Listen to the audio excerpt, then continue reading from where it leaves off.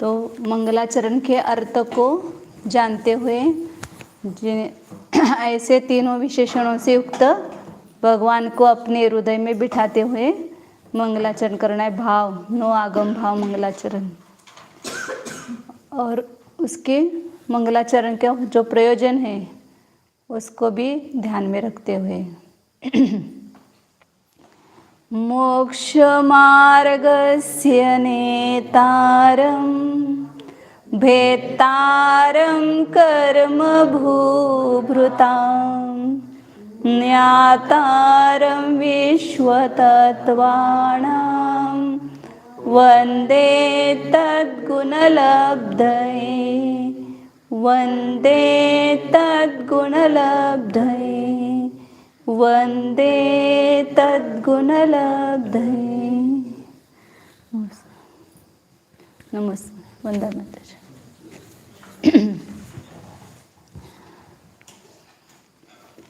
श्री गुरुदेव आचार्य विरचित यह तत्वार्थ सूत्र नामक महान ग्रंथ है।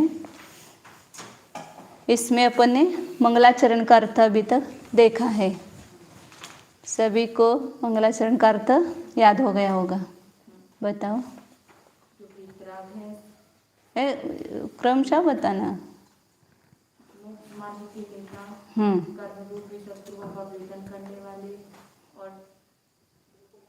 हाँ, 7 तत्व लिखा है क्या वहाँ पर? हाँ, मावशी सांगा तुम्हें।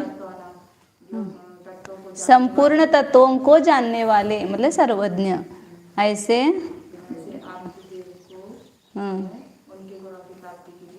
नमस्कार करता हूँ। चरित्र सांगा तुम्हें। मोक्ष मार्ग के नेता, कर्म रूपी पर्वतों को भेदने वाले और विश्व तत्व को जानने वाले आप्त देव को मैं उनके गुणों की प्राप्ति के लिए नमस्कार करता हूँ। ऐसा वो भाव बोलते समय आना चाहिए। तो मोक्ष मार्ग के नेता वगैरह सब खुलासा किया था। अभी अपन आगे चलते हैं। पहला सूत्र का अवतार होने वाला है। तो पहले दिन बताया था कि इसकी रचना कैसे हुई। तो भव्य जीव गया आचार्य के पास और उसने पूछा कि हे प्रभु, हे भगवान, मेरे आत्मा का हित क्या है? तो उन्होंने क्या उत्तर दिया था? क्या है आत्मा का हित? मोक्ष। मोक्ष ये आत्मा का हित है। फिर मोक्ष शब्द तो उसने कभी सुना ही नहीं था। फिर क्या है ये मोक्ष? मोक्ष का स्वरूप क्या है? ऐसा पूछा तो उन्होंने बताया वहाँ पर कि आत्मा का शरीर से भिन्न होने पर जो ज्ञानादि गुणों की अत्यंतिक शुद्ध अवस्था, सुखमय अवस्था प्रकट होती है, वह मोक्ष है। मोक्ष मोक्ष बोले तो अपने को क्या लगता है? कौन जाएगा मोक्ष? मैं थोड़ी जाऊंगा मोक्ष। मुझे थोड़ी मोक्ष जाना है। मुझे तो मोक्ष नहीं जाना है। क्योंकि जो संसार में हमें सुख प्रतिभासित हो रहा है उसको छोड़ने की इच्छा है क्या? अभी समझो सब उसको सुख सुविधाएं सब संपूर्ण है और वो घर छोड़ करके जा रहा है। तो बोलते कि क्या तुम्हें कमी है? तुम जा रहे हो। तो दीक्षा कौन लेते हैं? जिसको संसार में कुछ कमी है वही दीक्षा लेता है। ऐसे लोगों की धारणा बैठी हुई है। मैं जब आई ना यहाँ पर छोटी थी 17 साल की, तो सब बोलते थे इतनी अच्छी है फिर क्यों दीक्षा मतलब ब्रह्मचर्य व्रत ले रही है? तो सुंदर है तो उनको मोक्ष मार्ग नहीं चाहिए। गरीब है, श्रीमंत है तो उनको मोक्ष मार्ग नहीं चाहिए। कुछ खाने पीने को नहीं है तो जाना जंगल में।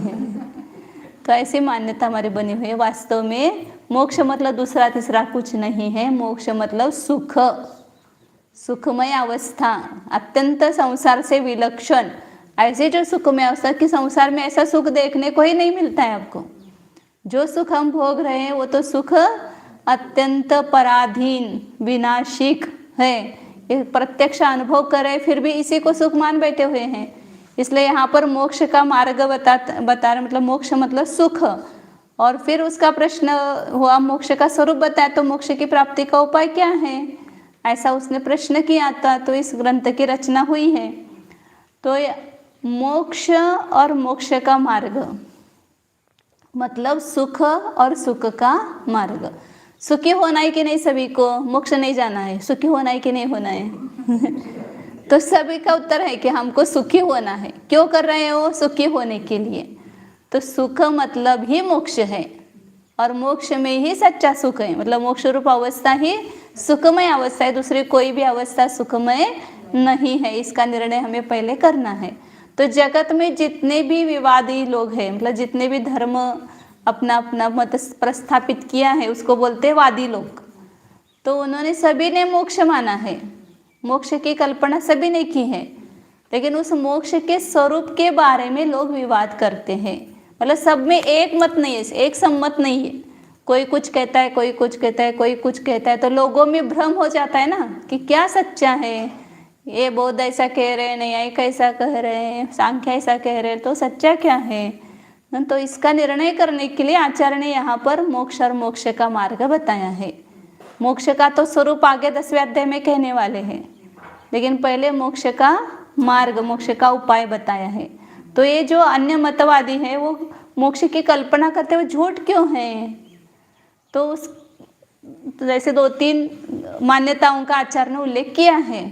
बहुत सारे ऐसे मत हैं, उसमें मुख्य यहाँ पर 3 लिखे हैं कि जो सांख्य मतवादी है, जिनका गीता आदि में उपदेश होता है सांख्य का, कि जो 2 तत्व मानता है, प्रकृति और पुरुष। प्रकृति मतलब सब कुछ करने वाली प्रकृति, प्रकृति एक नाम दिया है उन्होंने जड़ तत्व को, और चेतन आत्मा। तो ये 2 तत्व है मुख्य, और उसके भेद करके वो 25 तत्व मानते हैं। वो बहुत बड़ा विस्तार है, अपने को तो संक्षेप में खाली देखना है कि प्रकृति और पुरुष दोनों अलग होना। पुरुष तो शुद्ध ही है, चैतन्यमय ही है, लेकिन प्रकृति के साथ मिला हुआ है, इसलिए भ्रम हो गया है कि आत्मा अशुद्ध है या मुख है या तमुख है, ऐसा लोगों का भ्रम हो गया, ऐसा वो कहते हैं। तो आत्मा का अपने चैतन्य स्वरूप में अवस्थान हो जाना वही मोक्ष है, ऐसा कहते हैं। लेकिन वहाँ पर उनकी कल्पना ऐसे है कि वो चैतन्य में कोई निय पदार्थ है, उनका आकार झलकता ही नहीं है। अभी सब हम जान रहे हैं, बुद्धि से जान रहे हैं, और ये बुद्धि जड़ है, अचेतन है, वो पुरुष का स्वरूप नहीं है, वो प्रकृति का धर्म है, ऐसा वो मानते हैं। ऐसे कुछ मतलब लोग मानते हैं। तो जो चैतन्य है, वो चैतन्य के 2 भेद है ना, ज्ञान और दर्शन। और ज्ञान निराकार के बिना रहता ही नहीं है, भले कोई ना कोई निराकार उसमें रहेगा ही। अभी केवली भगवान अनंत अनंत सिद्ध भगवान सिद्धालय में विराजमान है, वो क्या कर रहे हैं, जड़ बैठे हुए क्या, शिला के समान। उनकी बुद्धि चल रही कि नहीं चल रही है, उनका ज्ञान चल रहा है कि नहीं चल रहा है। उनका ज्ञान केवल ज्ञान है, उसमें तो संपूर्ण विश्व झलक रहा है, संपूर्ण विश्व का निराकार उनके ज्ञान में है। निराकार मतलब ये पदार्थों के आकार जो झलकते हैं वो। तो ऐसा वो ज्ञान खाली नहीं है, वहाँ पर भी निराकार है। और वो क्या मानते हैं कि निराकारों से ज्ञान परांगमुख है, मतलब रहित है, ऐसा मानते हैं। तो इसलिए उनकी मोक्ष मानते हुए भी उनकी जो मान्यता है वह गलत होती है, क्योंकि चैतन्य का स्वरूप कभी बदलेगा नहीं ना, हमेशा पदार्थों को जानता ही रहेगा। फिर वैशेषिक है, वो क्या मानते हैं, बुद्धि आदि 9 गुणों का उच्छेद होना। उन्होंने ऐसे 24 गुण माने हैं, और उसमें से 9 गुण उसमें आत्मा में माने हैं। बुद्धि, सुख, दुख, इच्छा, ईर्ष्या, द्वेष, ऐसे 9 गुण माने हैं, और उनका अभाव होना मतलब मोक्ष है, ऐसा कहते हैं। अब उसमें बुद्धि का भी अभाव होना, बुद्धि का भी उच्छेद होना, वो मोक्ष मानते हैं। लेकिन बुद्धि तो जीव का स्वभाव, बुद्धि मतलब ज्ञान, जीव का स्वभाव है, अब उसका ही नाश हो जाएगा, तो ऐसा मोक्ष कौन चाहेगा। हमने कहा कि आपके सब गुण नष्ट होंगे मोक्ष में, कौन कौन जाना चाहेगा मोक्ष में। सबको तो अपने गुणों का विकास करने का भाव रहता है। आप अभी क्यों पढ़ रहे हो, मुझे मेरे ज्ञान का विकास करना है, मुझे मेरे चारित्र का विकास करना है, मेरे श्रद्धा गुण का विकास करना है। अपने गुणों का विकास करने के लिए हर जीव पुरुषार्थ करता है, और वहाँ पर गुणों का नाश ही हो गया, तो ऐसा मोक्ष कौन चाहेगा। इसलिए वो सिद्ध भक्ति में आता ना भाव सिद्धिरिष्टा न निज गुण हति, वो वहाँ पर वो बताया कि न निज गुण हति, अपने गुणों का नाश, ये मोक्ष का स्वरूप ठीक नहीं है, क्योंकि ऐसा मोक्ष कोई भी नहीं चाहेगा। तो उन्होंने क्या माना, बुद्धियादि 9 गुणों का उच्छेद होना मोक्ष है। मोक्ष माना, लेकिन ये मोक्ष का गलत स्वरूप माना है। वो मोक्ष क्या है वो चीज उनको पता ही नहीं ना। जो मोक्ष को प्राप्त करेगा वह मोक्ष का सच्चे स्वरूप कहेगा, और जिन्होंने मोक्ष नहीं प्राप्त किया तो अपनी बुद्धि में कल्पना से कुछ भी कहते रहते हैं। फिर बौद्ध क्या कहते हैं, मोक्ष क्या है? तो प्रदीप निर्वाणवत, मतलब जैसे दीपक, अभी तेल है, जल रहा है और तेल खत्म होने के बाद बुझ जाता है, ना वो इधर जाता है ना उधर जाता है ना उधर जाता है, वहीं पर उसका संतति ही विच्छेद हो जाती है। उसी प्रकार ये संतति चल रही है उनमें, आत्मा की संतति चल रही है। पहले क्षण में आत्मा, दूसरे क्षण में आत्मा, तीसरे क्षण में आत्मा। तो ये आत्मा की संतान का ही विच्छेद होना, मतलब तो संक्षेप में आत्मा का ही नाश होना, क्षणिकवादी है ना वो, आत्मा का ही नाश होना मतलब मोक्ष है। ऐसा मोक्ष चाहिए क्या? अपना अस्तित्व ही नहीं रहने वाला है, ऐसे मोक्ष को कौन पुरुषार्थ करेगा? तो ये सब ऐसे अन्य लोग अनेक प्रकार से मोक्ष की कल्पना करते हैं। तो उन सब का निराकरण करने के लिए यहाँ पर आचार्य ने मोक्ष का स्वरूप बताया है। और फिर मोक्ष के प्राप्ति के बारे में भी, प्राप्ति के उपाय के बारे में भी मतभेद है, एक मत नहीं है। कोई कहता है कि केवल ज्ञान से ही मुक्ति होगी, कोई कहता है केवल श्रद्धा से ही मुक्ति होती है, कोई कहते हैं केवल चारित्र से आचरण करो, आचरण से ही मोक्ष मिलेगा, अलग अलग, या कोई ज्ञान चारित्र से कहेगा। तो इस प्रकार एक या दो को ही मोक्ष का मार्ग कहते हैं, मोक्ष का उपाय कहते हैं। उन सब का निराकरण करने के लिए पहला सूत्र आचार्य ने यहाँ पर लिखा है। अपन सूत्र पढ़ते हैं। मतलब मोक्ष और मोक्ष का मार्ग कहते हुए भी सब में एक मत नहीं है, उसका निराकरण करने के लिए आचार्य ने यहाँ पर मोक्ष और मोक्ष का मार्ग बताया है। अब पहला सूत्र है, मोक्ष मार्ग का पहले वर्णन करते हैं। सम्यक दर्शन ज्ञान चारित्राणि मोक्ष मार्ग। सम्यक दर्शन ज्ञान चारित्राणि मोक्ष मार्ग। कभी भी संयुक्त व्यंजन आएगा ना बीच दो शब्दों के बीच में, तो आगे दो संयुक्त व्यंजन होता है तो पिछले के शब्द, पीछे का जो शब्द होता है पहला, उसके ऊपर आघात बोलते हैं उसको। सम्यक दर्शन, सम्यक दर्शन ज्ञान संयुक्त व्यंजन है, तो इसलिए वहाँ पर न के ऊपर आघात आएगा। सम्यक दर्शन ज्ञान चारित्राणि मोक्ष मार्ग। ऐसा नहीं बोलना सम्यक दर्शन ज्ञान चारित्राणि मोक्ष मार्ग ऐसा नहीं बोलना।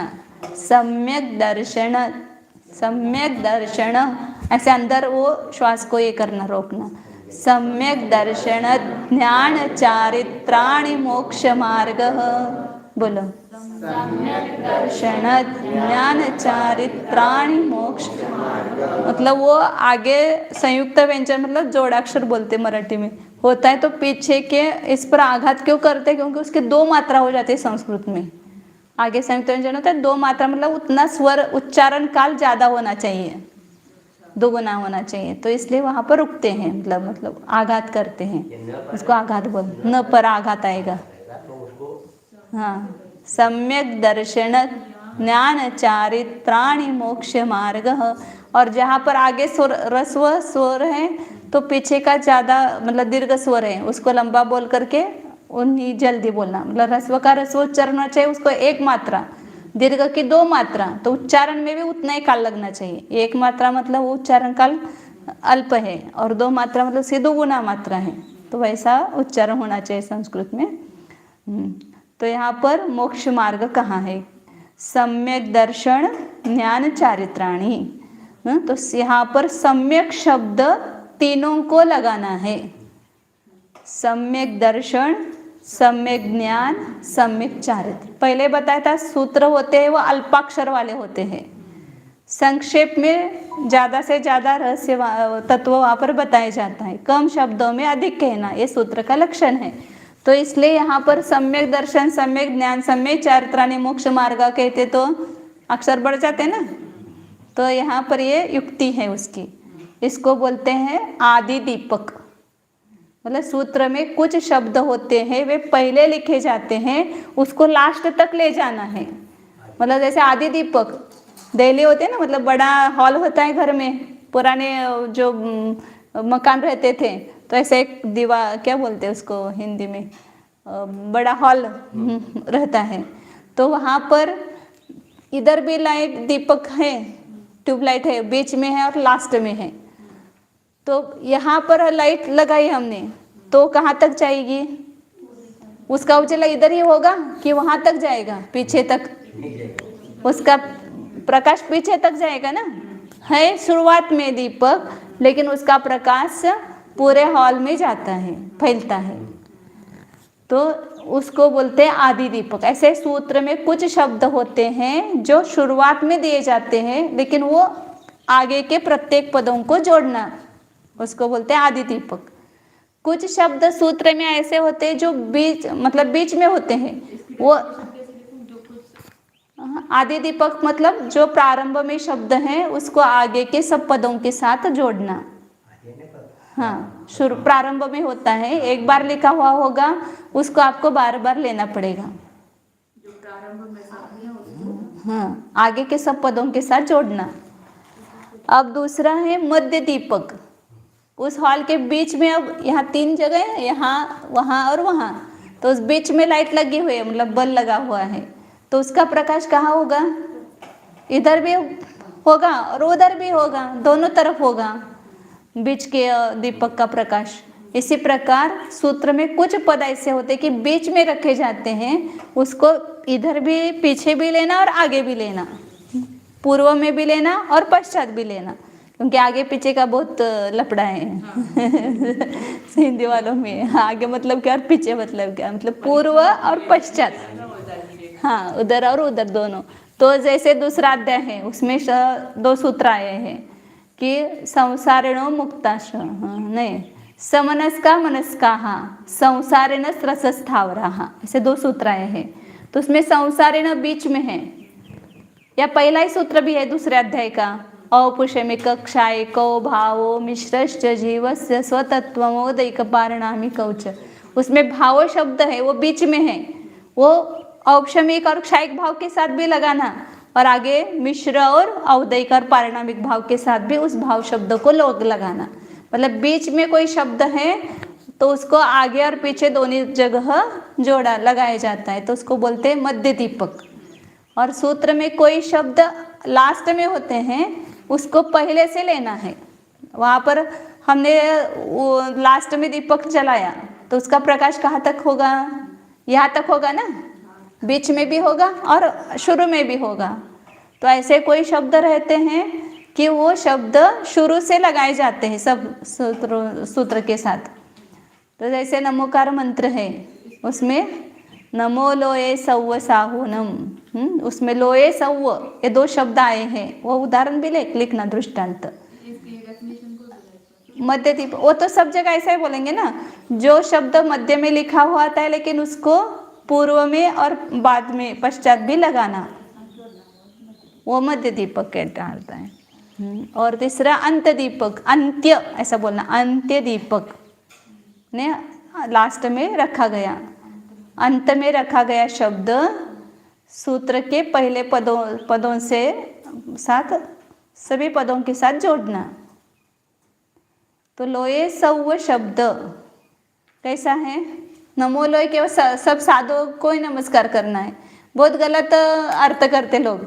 सब साधुओं को नमस्कार किया है, मतलब मिथ्या सम्यक जितने भी साधु है जगत में उन सबको नमस्कार किया। तो लोए सव्व केवल सर्व साधु के लिए नहीं आया है। नमो लोए सव्व आर्यंताणम, नमो लोए सव्व सिद्धानम, नमो लोए सव्व आर्याणम, नमो लोए सव्व उवज्जायनम। मतलब 2.5 द्वीप में जो जो आर्यंत हुए हैं उन सब आर्यंतों को नमस्कार, या भूतकाल में, वर्तमान काल में, भविष्य काल में जो आर्यंत हुए हैं और आगे होंगे उन सबको नमस्कार है। सब सिद्धों को नमस्कार है, लोक में सब सिद्धों को नमस्कार, लोक में जो आचार्य है उन सब आचार्यों को नमस्कार, लोक में जो सब उपाध्याय है उन सब उपाध्यायों को मेरा नमस्कार, और लोक में जो साधु मतलब जो निर्ग्रंथ दिगंबर साधु है, संपूर्ण परिग्रह रहित, वे ही साधु है, उनको मेरा नमस्कार हो। तो ये लोये सव्व शब्द सभी को लगाए ना, तो 5 पदों के साथ लगाते तो कितना बड़ा सूत्र बन जाता। वो भी षटखंडागम के सूत्र है। षटखंडागम का पहला मंगलाचरण है नमोकार मंत्र, इसलिए वो भी सूत्र रूप है। और गाथा सूत्र भी होते हैं, पूरे गाथाओं में ही सूत्र लिखा जाता है। तो जैसे कुंद कुंदाचार्य के भी है, वो गाथा सूत्र बोले जाते हैं। तो वहाँ पर लोये सव्व शब्द अंत्य दीपक हैं। समझ में? तो यहाँ पर सम्यक शब्द क्या करना है, सभी को जोड़ना, मतलब दर्शन के साथ भी, ज्ञान के साथ भी और चारित्र के साथ भी। सम्यक दर्शन, सम्यक ज्ञान और सम्यक चारित्र, ये क्या है? चारित्राणि मोक्ष मार्ग। ये सम्यक दर्शन, सम्यक ज्ञान और सम्यक चारित्र तीनों मिलकर बहुवचन है ये। और आगे क्या है? मोक्ष मार्ग, मोक्ष का मार्ग है। अलग अलग 3 मार्ग हैं। सम्यक दर्शन से तुम जाओ, ये सम्यक ज्ञान से जाएगा, और तीसरा सम्यक चारित्र से जाएगा। ऐसा 3 मार्ग नहीं है। 3 मार्ग होते तो क्या लिखते वहां पर? मोक्ष मार्ग, ऐसा लिखते हैं, बहुवचन लिखते हैं।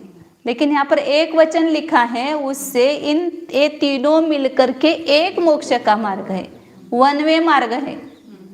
यहाँ पर वन वे होता है ना, वहाँ पर उसे मतलब केवल एक ही रास्ता है, दूसरा रास्ता नहीं है। तो इसी प्रकार यहाँ मोक्ष जाने का एक ही रास्ता है। कौन सा रास्ता है वह? किस रास्ते से मोक्ष जाएंगे? सम्यक दर्शन, सम्यक ज्ञान और सम्यक चारित्र की एकता, उसको बोलना तीनों की एकता। मतलब ये तीनों जहाँ पर हैं वहाँ पर ही मोक्ष का मार्ग है। तो ये सम्यक दर्शन क्या चीज है? तो सम्यक दर्शन, तो दर्शन शब्द के अनेक अर्थ होते हैं। दर्शन मतलब देखना, अब बोलते हैं ना देव दर्शन करो, या दर्शन मतलब देखना या अवलोकन करना, ऐसा दर्शन शब्द का अर्थ होता है। या सामान्य प्रतिभास के अर्थ में ज्ञान दर्शन जहाँ पर आता है, सामान्य प्रतिभास मतलब भी दर्शन होता है, अंतर्मुख चित प्रकाश ऐसा कहा। तो लेकिन वो यहाँ पर निराकार दर्शन वो नहीं लेना। या दर्शन शब्द का अर्थ श्रद्धान, दर्शन मतलब श्रद्धा, विश्वास, प्रतीति, उसको बोलते हैं दर्शन। तो सम्यक श्रद्धान करना मतलब क्या करना? ये मोक्ष मार्ग कहाँ पर है? मंदिर में, भगवान के पास कहाँ पर है? मोक्ष मार्ग मतलब क्या है? तो मोक्ष मार्ग ये आत्मा की ही अवस्था है। आत्मा ही सम्यक दर्शन, सम्यक ज्ञान, सम्यक चारित्र रूप से परिणत होता है। हम जैसे जीव ही जब मिथ्या दर्शन का अभाव करके सम्यक दर्शन, सम्यक ज्ञान, सम्यक चारित्र रूप से परिणत हुए, तो उन्हें मोक्ष मार्ग की प्राप्ति हुई, और उस मार्ग पर बढ़ करके वे ही मोक्ष में पहुंच गए। अपने को जाना है ना, कहीं पर जाते, गांव जाना है तो क्या पूछते? पहले मार्ग पूछते हैं कि इस हमें जाना है बम्बई, अब किस मार्ग से हम जाएंगे? पहले सब मार्ग का निर्णय किया जाता है कि ये बम्बई जाने का ये मार्ग है, रास्ता है, फिर उस मार्ग में हम लगते हैं। बिना निर्णय किए मार्ग में जाते हैं क्या? पहले सब तय करते कि कहाँ से कहाँ जाना, कहाँ से कहाँ जाना, कहाँ से कहाँ जाना, उसका रास्ता क्या है, ये सब पूछ लेते हैं। मतलब अपनी बुद्धि में निर्णय करते कि वहाँ हमें पहुँचना है तो हमें इस मार्ग से जाना पड़ेगा। तो हमारा सबका अंतिम लक्ष्य पहले क्या फिक्स करना है? कहाँ जाना है? मोक्ष जाना है क्या? शिखर जी जाना है? मोक्ष जाना है, मतलब सबको सुख प्राप्त करना है, ये हमारा अंतिम स्थान निश्चित करना है।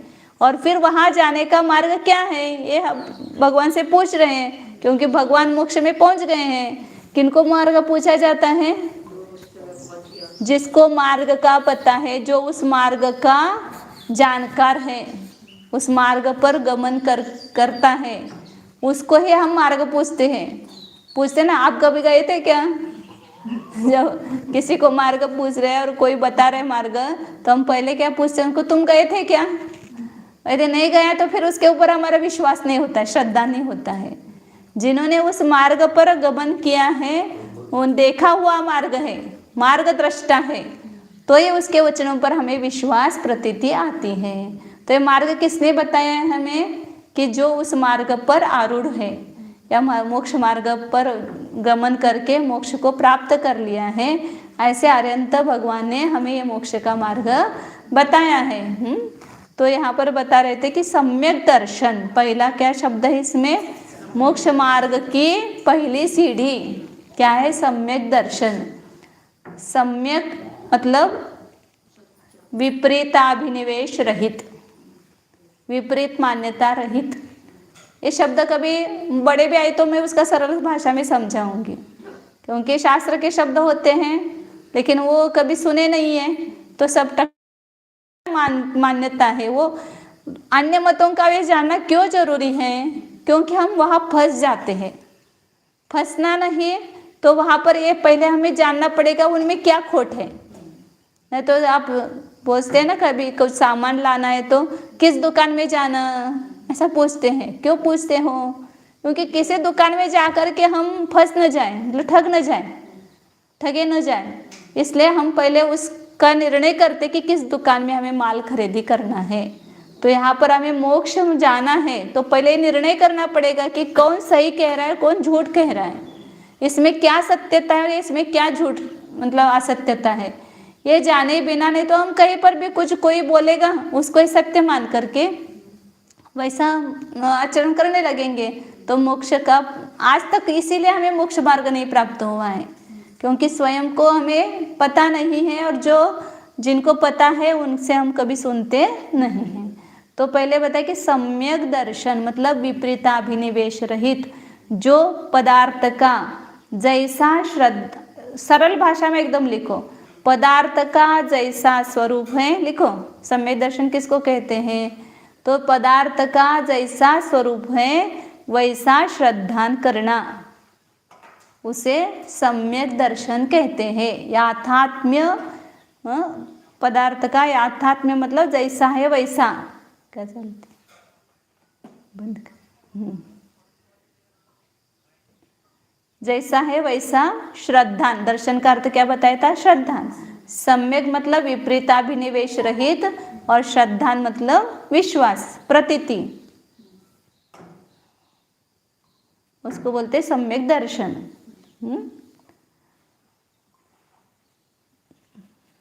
मतलब हमारा श्रद्धान अनादिकाल से कैसा है कि जैसा पदार्थ है वैसा नहीं है, पदार्थ के विपरीत श्रद्धान है। मतलब शरीर आत्मा है क्या, शरीर कुछ जानता है क्या, नहीं, लेकिन शरीर को ही हमने क्या माना है, आत्मा माना है। ये जो दिख रहा है ना वो मैं हूँ, यही हमारी मिथ्या मान्यता, विपरीत अभिप्राय है।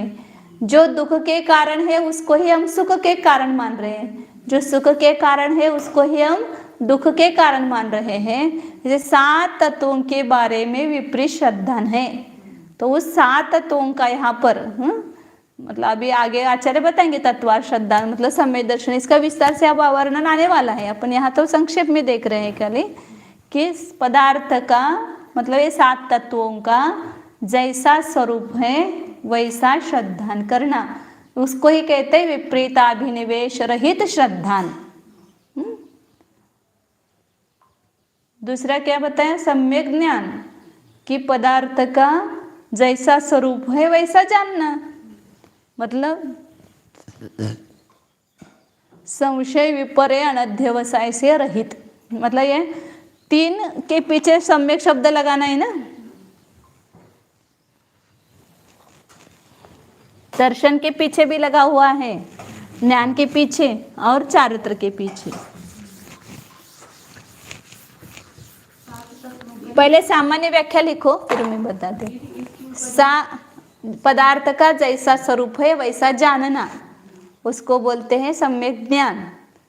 और संसार की कारणभूत क्रियाओं का रुक जाना, संसार के कारणभूत क्रियाओं का रुक जाना वह सम्यक चारित्र है। मतलब कर्म ग्रहण करने में कारणभूत क्रियाओं का रुक जाना ऐसा कहा तो भी चलेगा, मतलब जिससे कर्म ग्रहण होता है ऐसे क्रियाओं का रुक जाना, मतलब राग द्वेष मोहादि कषाय भाव और ये जो मन वचन का योग की प्रवृत्ति ये रुक जाना, यही चारित्र है। बोलते ना राग द्वेष का अभाव, उसको ही चारित्र कहते, संक्षेप में कहना है तो। ये कठिन शब्द चलते तो उसका भाव समझ रहे हो, समझना। क्रियाओं का रुक जाना। तो संसार को कारणभूत क्रिया कौन सी है? संसार कारण कौन है? मोह राग द्वेष। ये संसार का कारण है, और क्या कारण है? और वो छोड़ने के लिए हम तैयार नहीं, तो संसार से कैसे मुक्त होंगे? संसार से तभी मुक्त हो सकते कि जब हम उसकी कारणभूत क्रियाओं का त्याग करें, तभी हमें मोक्ष की प्राप्ति होगी, चारित्र की प्राप्ति होगी पहले, फिर चारित्र से ही मोक्ष की प्राप्ति होती है। तो ये मार्ग पहले हम तय कर रहे हैं, निर्णय कर रहे हैं। तो इस 3 में सम्यक शब्द आया है, सम्यक दर्शन में, सम्यक ज्ञान में और सम्यक चारित्र में।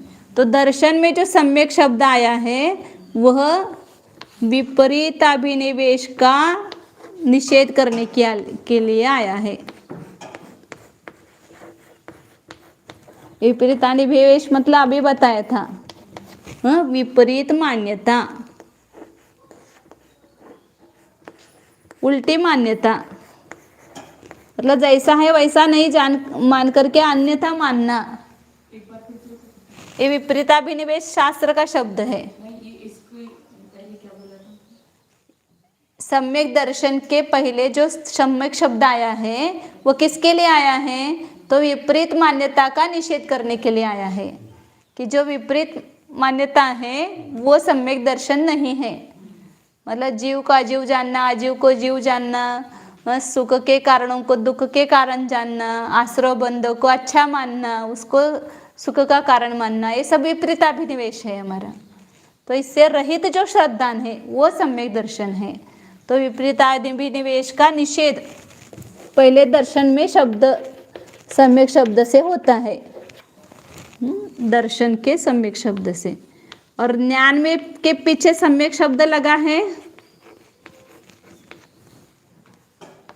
तो उससे संशय, विपर्य और अनध्यवसाय, ये 3 ज्ञान के दोष हैं। इसको अपन ने 2 बार परीक्षामुख सूत्र में और न्याय दीपिका में देखा है। संशय मतलब जो दोलायमान ज्ञान, ऐसा है कि वैसा है, शरीर आत्मा है कि शरीर से आत्मा एक है या अलग है, ऐसा संशय होना। या जैसे व्यवहार में उदाहरण देते स्थानु को ही, पेड़ के ठूंठ को, ये स्थानु है या पुरुष है, ऐसा संशय उत्पन्न होना। कई सफ़ेद चीज पड़ी है तो ये चांदी है या सीप है, शिंपला है, ऐसा दोलायमान ज्ञान, उसको क्या बोलते हैं? संशय।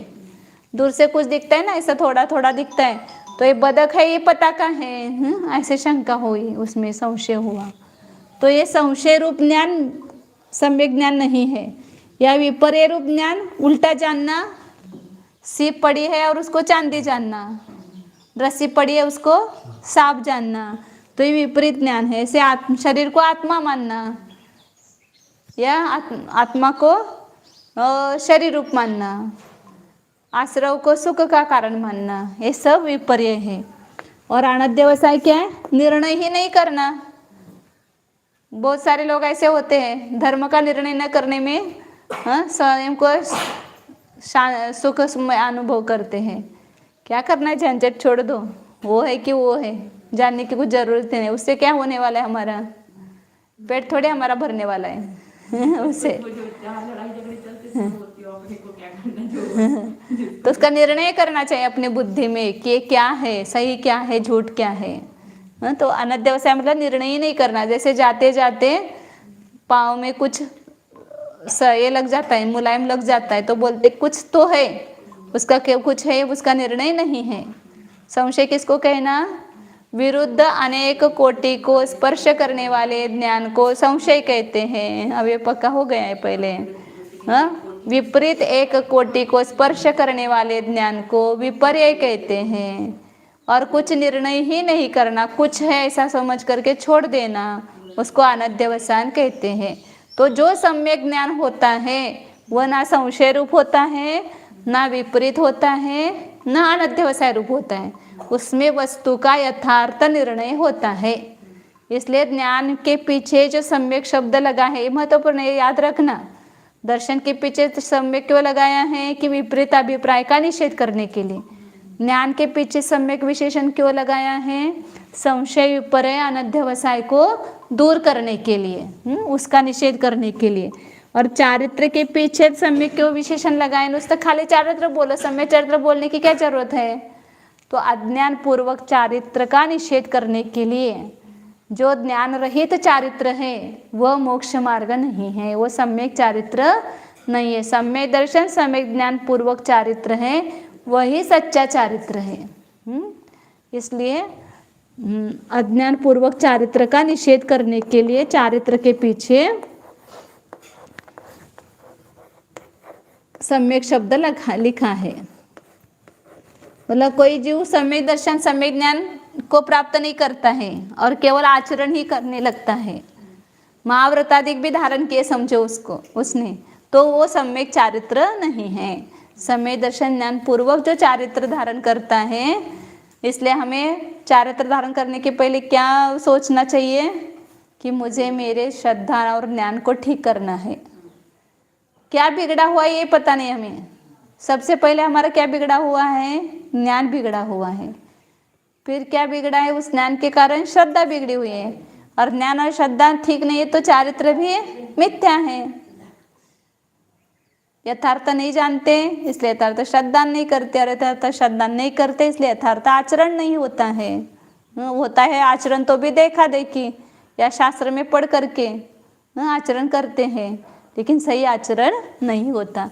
इसलिए अज्ञान पूर्वक चारित्र का निषेध करने के लिए चारित्र के पीछे यहाँ पर अनध्यवसाय का निषेध ऐसा लिखो, संशय पर अनध्यवसाय का निषेध करने के लिए ज्ञान का के पीछे सम्यक शब्द रखा है। क्या बताया, सम्यक दर्शन के पीछे सम्यक शब्द क्यों लिखा है, तो विपरीत मान्यता का निषेध करने के लिए, जो विपरीत अभिनिवेश पूर्वक श्रद्धा नहीं होना चाहिए। और सम्यक ज्ञान के पीछे सम्यक क्यों लगाया है, संशय विपर्य और अनध्यवसाय ज्ञान के दोष है, उसका निषेध करने के लिए सम्यक, इससे रहित जो ज्ञान है वह सम्यक ज्ञान है। और चारित्र के पीछे सम्यक क्यों लिखा है, चारित्र का निषेध करने के लिए चारित्र के पीछे सम्यक शब्द, वही सम्यक चारित्र जो ज्ञान और श्रद्धा पूर्वक है। तो इस प्रकार ये, और क्या बताया था कि मोक्ष मार्ग ऐसा एक वचन लिखा है, इससे सम्यक दर्शन सम्यक ज्ञान सम्यक चारित्र इन तीनों की एकता वह मोक्ष मार्ग है, ये सिद्ध होता है। जैसे डॉक्टर के पास आप गए, आपको रोग हुआ है, तो क्या करते पहले डॉक्टर, आपको सब निदान वगैरह करके आपको दवाई देते हैं, समझाते आपको कि आपको ये रोग हुआ है और उस रोग में आपको ये खाना नहीं, ये परहेज है और उसकी ये दवाई है, इस दवाई का आप ऐसे ऐसे सेवन करो, ऐसे 6 वाटी रखना, 1 वाटी निकालना, काढ़ा बनाना, ये सब बताते ना, विधि बताते दवाई की। तो उन्होंने वो बताने के बाद आपको क्या हो जाता है, श्रद्धान हो जाता है। तो उससे आपका रोग ठीक होगा कि नहीं होगा, हो जाएगा। खाली श्रद्धान करो, डॉक्टर ने जो बताया है, ऐसे ऐसी दवाई बताई है डॉक्टर ने और ऐसे ऐसे उसका सेवन करना है, और ऐसा करना है, और ऐसा श्रद्धान करो, ठीक होगा कि नहीं रोग, नहीं। तो जो डॉक्टर ने बताया उसका ज्ञान होना चाहिए, उसका श्रद्धान भी होना चाहिए, और श्रद्धान के बाद वो सब डॉक्टर ने जैसा बताया सब वो लेकर के गए घर में और कपाट में रख दिए दवाई, और खाली बोलते रहे डॉक्टर ने ऐसे ऐसी दवाई लेने के लिए बोला है और ऐसे ऐसे दवाई से मुझे ठीक होने वाला है, ऐसे खाली बोलते रहो तो होगा कि नहीं। तो क्या करना पड़ेगा, आचरण। उस दवाई को जैसा बताया है वैसा पानी लेकर के उसमें डाल करके उबालो, और उबाल करके उसको पियो। पिएंगे भी नहीं तो काले उबाल करके रख देंगे, उबालने के लिए बोला है। मतलब पहले एक तो विश्वास चाहिए, बिना विश्वास के आपका रोग ठीक होने वाला नहीं है। पहले इसलिए कोई भी दवाई ले रहे हैं तो पहले विश्वास होना चाहिए कि डॉक्टर ने मुझे दवाई दी है, इससे मेरा रोग ठीक होने वाला है। तो ये क्या डॉक्टर जानता है, इसको कुछ आता ही नहीं है, ऐसा ही विश्वास हमारा है तो आपको दवाई काम ही नहीं करेगी। एक छोटी सी घटना भी हुई थी एक बार कि एक व्यक्ति, ग्रामीण व्यक्ति था, तो वो डॉक्टर के पास गया। फिर डॉक्टर को कहा ऐसे ऐसे मेरे पेट में दर्द होता है, अमुक तमुक। तो डॉक्टर ने चिट्ठी लिख करके दी और बोले कि इसका तुम 21 दिन तक सेवन करना। ऐसे ले उसके हाथ में चिट्ठी पकड़ा दी, इसका तुम 21 दिन तक सेवन करना। फिर वो ठीक है तो उसने किया। फिर 21 दिन पूरे हो गए। फिर वो डॉक्टर के पास गया तो डॉक्टर बोले कि क्या हो गया, तुम्हारी बीमारी ठीक हो गई? बोले ठीक हो गई। तो डॉक्टर का आश्चर्य लगाते उसको, डॉक्टर को ये नहीं था अंदर कि इसका रोग ठीक होगा, क्योंकि बहुत वो बड़ी बीमारी थी। तो डॉक्टर का आश्चर्य, बोले कि क्या लिख के दिया था मैंने, वो चिट्ठी लेके आ जाओ। तो बोले कि नहीं डॉक्टर साहब, आपने तो बोला था 21 दिन में इसका सेवन करना है। तो चिट्ठी के 21 टुकड़े किए और रोज एक एक टुकड़े को उसने सेवन किया और उसका रोग ठीक हो गया। कैसे रोग ठीक हो गया? श्रद्धा से। लेकिन वो श्रद्धा से उसने आचरण किया वैसा, तो ठीक हुआ। तो श्रद्धा भी बहुत काम करती है, वो बताना था। तो पहले सबसे पहले श्रद्धा होनी चाहिए डॉक्टर के ऊपर, औषधि के ऊपर, कि इससे मेरा, इसलिए वो अभी ऐसी पद्धति आई है कि वो औषध लेते समय आप पॉजिटिव विचार करो कि ये मेरे लिए अमृत है, ये कैसे पीना, इससे क्या होगा, ऐसा आप करके पिएंगे ना तो आपको काम नहीं करेगी वो दवाई। पहले मतलब उस दवाई के प्रत्येक आदर भाव और उससे मेरा रोग ठीक होने वाला है, ऐसा पॉजिटिव विचार वहाँ पर उत्पन्न करो, तो उस विश्वास से ही आधा रोग आपका ठीक होगा। और ज्ञान तो पहले चाहिए, श्रद्धा के पहले। बिना ज्ञान के तो श्रद्धा उत्पन्न होती नहीं है। और फिर श्रद्धा के बाद खाली श्रद्धा विश्वास रख करके भी काम नहीं होगा, वो दवाई का सेवन करना पड़ेगा आपको। दवाई का सेवन करेंगे तो रोग ठीक होता है। उसी प्रकार यहाँ जो दवाई बताई जा रही है, किसके दवाई चल रही है, अपना इलाज चल रहा है। अनादिकालीन जो संसार रूपी रोग हमें हुआ है उसका यहाँ पर इलाज बताया जा रहा है। लेकिन हमें लगता कहाँ है, शरीर की बीमारी मेरी बीमारी है और आत्मा की बीमारी लगती नहीं है। वो है मैं बीमार ऐसा लगता ही नहीं है। जब शरीर ठीक है तो क्या बोलते हैं, बहुत अच्छा है, बहुत बढ़िया है। लेकिन कितनी बीमारी अंदर पड़ी हुई है, मिथ्यात्व रूपी बीमारी अंदर पड़ी हुई है। और हम बाहर से सुधार करना चाहते हैं, बाहर से सुखी होना चाहते हैं, तो ऐसा सुखी नहीं होंगे। सुख, ये मोक्ष मार्ग मतलब सुख का मार्ग है क्या? सम्यक दर्शन, सम्यक ज्ञान और सम्यक चारित्र की एकता। जहाँ पर ये तीनों है वहीं पर फल प्राप्त होगा। श्रद्धान भी चाहिए। संसार की कोई भी चीज देखो आप, कोई भी काम इन तीन के बिना होता ही नहीं है। अब आप रसोई भी बनाते हो तो तीन आपके काम कर रहे हैं वहां पर।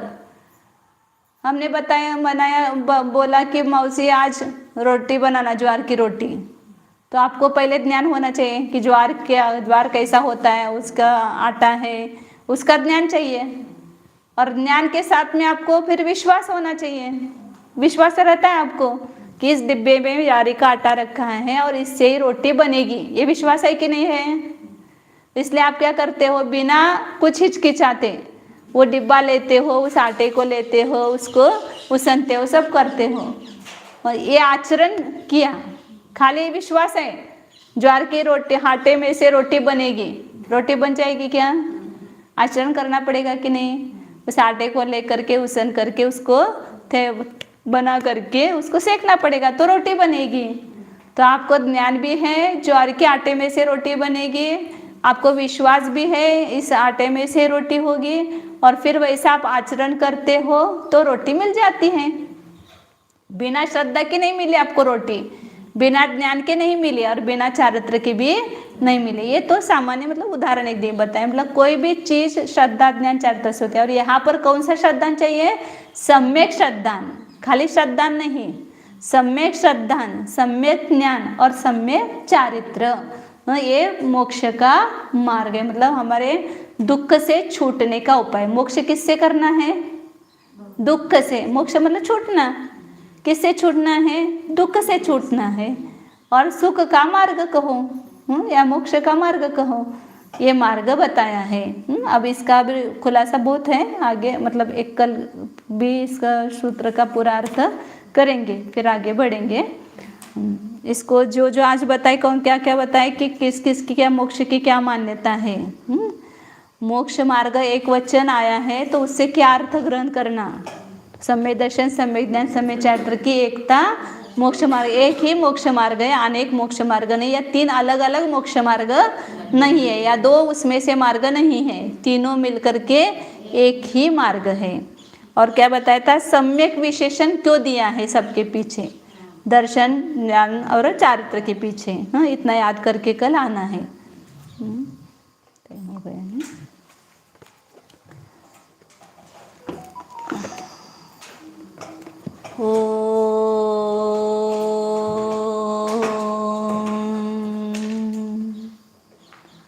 जानिए यह मैं शुद्ध चैतन्यमय जीव ही हूँ।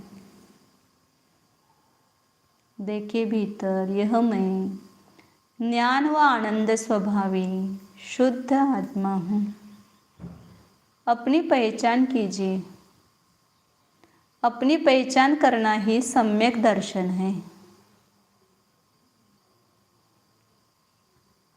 मैं कौन हूँ इसकी प्रतीति कीजिए। मैं ज्ञान दर्शन स्वभावी आत्मा हूँ। मैं रागी द्वेषी मोही नहीं हूँ। मैं इस शरीर रूप नहीं हूँ।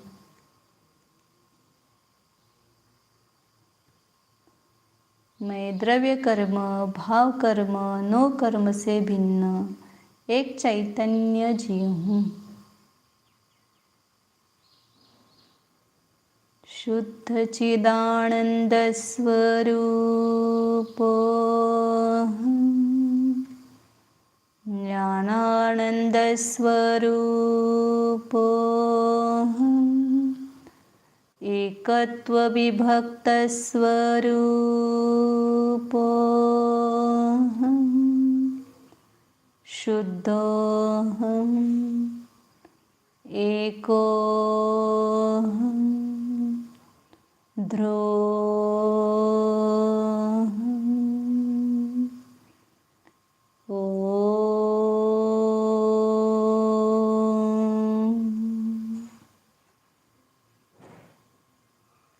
विसर्जन। नमो अरिहन्ताणं, नमो सिद्धाणं, नमो आयर्याणं, नमो अज्झायाणं, नमो लोये सव्वसाहु, नमो